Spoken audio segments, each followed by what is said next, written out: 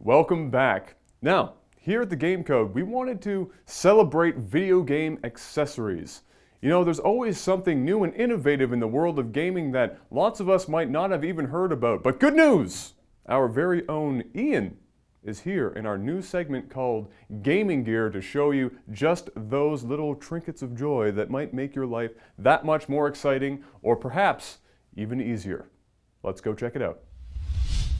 Hello ladies and gentlemen, and welcome to the very first installment of Gaming Gear. In Gaming Gear, we'll be looking at gadgets, electronics, toys, all kinds of devices. If it has to do with gaming and electronics, we're gonna get it covered. Stay tuned to see what's coming up today.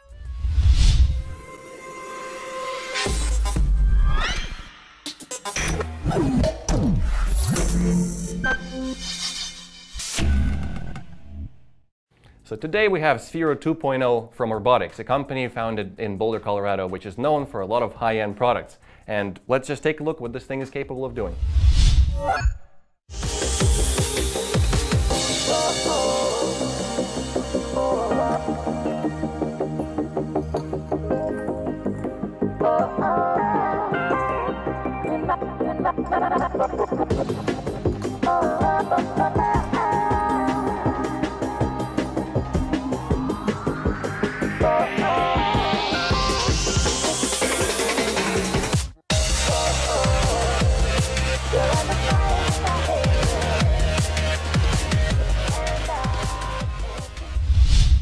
Now those things you just saw in the video is only some of what this awesome ball can do. And we all here in the Game Code thank Ross for sending us this product that already brought us countless hours of fun.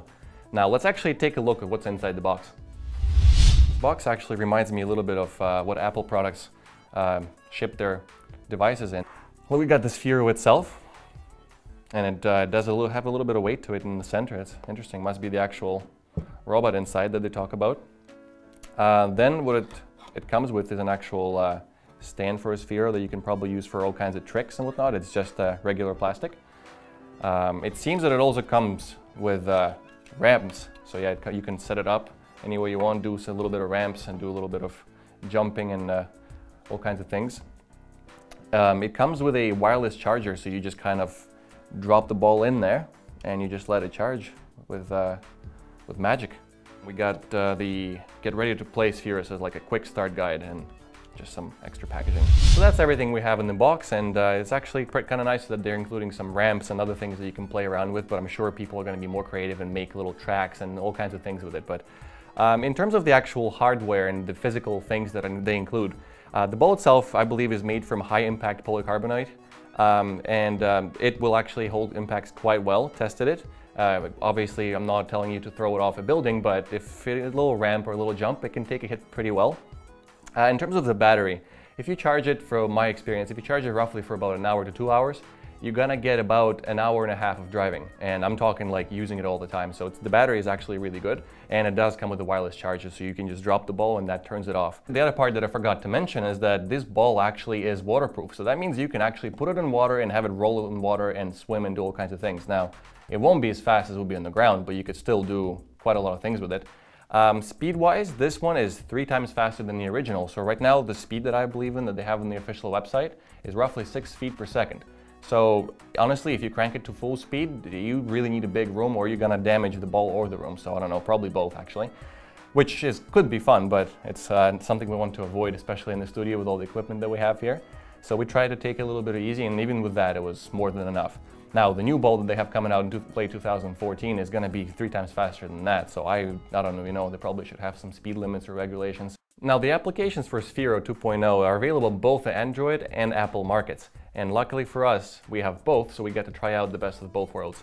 And the applications, they vary a lot in terms of what you're trying to do with the ball, and it goes with what the actual device is and how many categories it actually encompasses. And the ball can be used both as an RC car, and I don't need to tell you why that's fun, but you do get things like controlling the speed, controlling the lights that it has, and it also right now you can program it to do lots of tricks. You can do spheres, you can do square circles, it's beyond imagination. You can program it, so it's not just a dumb drive around, it's a lot more than that. Now, the device itself also comes with applications that allow you to use augmented reality games, which can do a lot of stuff. For example, my favorite game is called Rolling Dead, which essentially turns your whole room or field or wherever you are into a zombie invaded land. And they're literally going to be popping up from the floor, and your job as a bowl to drive away and not get hit by them or not get eaten by them. Now eventually you do get weapons, so it does get even more fun than that, but that's not everything this bowl can do. The next thing that they did is they allowed you to use the Sphero as an actual game controller. So you're holding the bowl itself, and it has so many sensors in it, I can't even count them, but it allows you to use the bowl as a controller. Another game that's actually really fun that allows you to use Sphero as a controller is Exile. Now that game is pretty much your standard arcade game where you have your spaceship going up and you have things coming down and you have to kill stuff, and we know that's fun. But with this controller, it allows you to use it your hands, and it becomes very interactive, especially if you're trying to do it in a teaching environment with kids, or you just want to use something else besides your mouse or controller or your gamepad of choice. To wrap up our Sphero review, we have to say that the product has impressive hardware. It's got a lot of features, a lot of things that you can do with it. In terms of software, it has many games, it has many little applications that allow you to drive it around, you name it. It's very fun, and if you're the person who likes geeky things and gadgets and things you can program and things you can interact with and make them do your own bidding, then definitely get this product. Now, if you're the person that gets bored with things rather quickly, I don't think the product is probably the best one for you. You should probably go look somewhere else. But if you're actually planning to buy it right now, I would recommend waiting for a slightly upgraded version that's coming out later in 2014 as announced at this year's CES.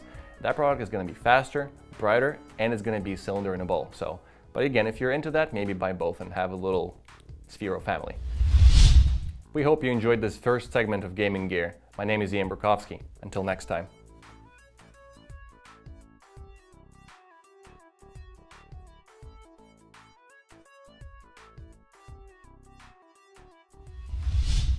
Thanks, Ian. That was absolutely awesome. I'm looking forward to the next installment of Gaming Gear. Now, don't go anywhere because we saved the best for last. As we said before, our very own Jocelyn will be here in studio to talk about podcasting. Stay tuned.